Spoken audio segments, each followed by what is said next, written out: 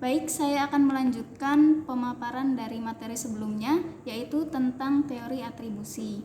Teori atribusi itu didefinisikan dalam psikologi sosial sebagai penugasan penyebab perilaku diri, sendiri, dan orang lain.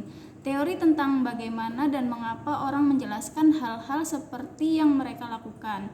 Heidegger percaya bahwa orang adalah psikolog naif yang mencoba masuk akal.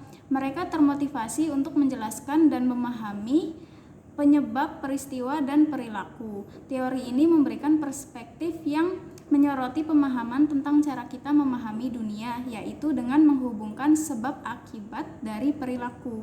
Dua pertanyaan yang sering kali muncul dalam teori atribusi adalah mengapa saya melakukan apa yang saya lakukan, dan kenapa orang lain melakukan apa yang mereka lakukan. Sebagian besar atribusi kita itu didorong oleh emosional atau motivasi, misalnya kemarahan dan komitmen.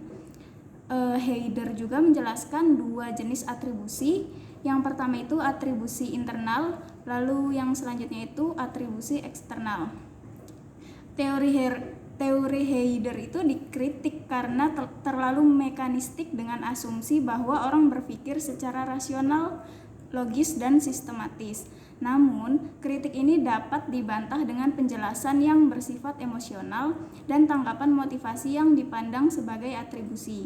Baru-baru ini, tipe ketiga atribusi, yaitu atribusi relasional, telah diperkenalkan oleh para peneliti.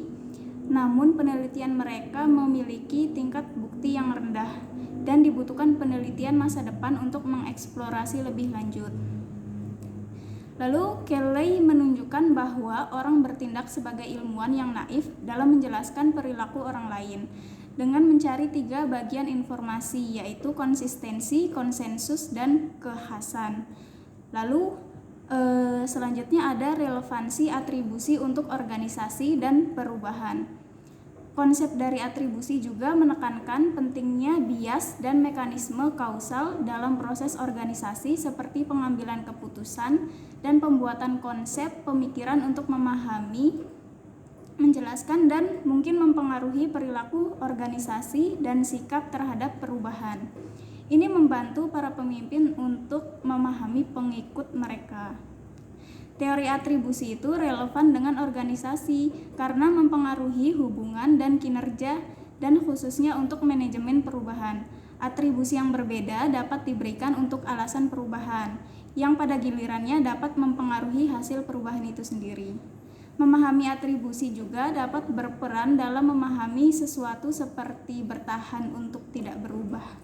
Nah, dihadapkan dengan kemungkinan perubahan, orang akan mulai berpikir tentang sebab dan akibat. Lalu kesimpulannya, teori atribusi membantu untuk memahami manusia dalam proses interpretasi, pemahaman, dan memutuskan dalam konteks sosial seperti konteks organisasi. Karena dapat membantu pemimpin untuk memahami pengikut mereka dan pengikut juga dapat memahami pemimpinnya.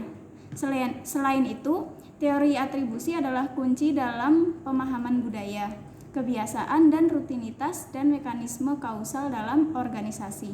Ini bisa efisien atau bermanfaat, tetapi juga menghambat dan membuat frustasi dalam situasi di mana perubahan dan pengorganisasian penting atau perlu.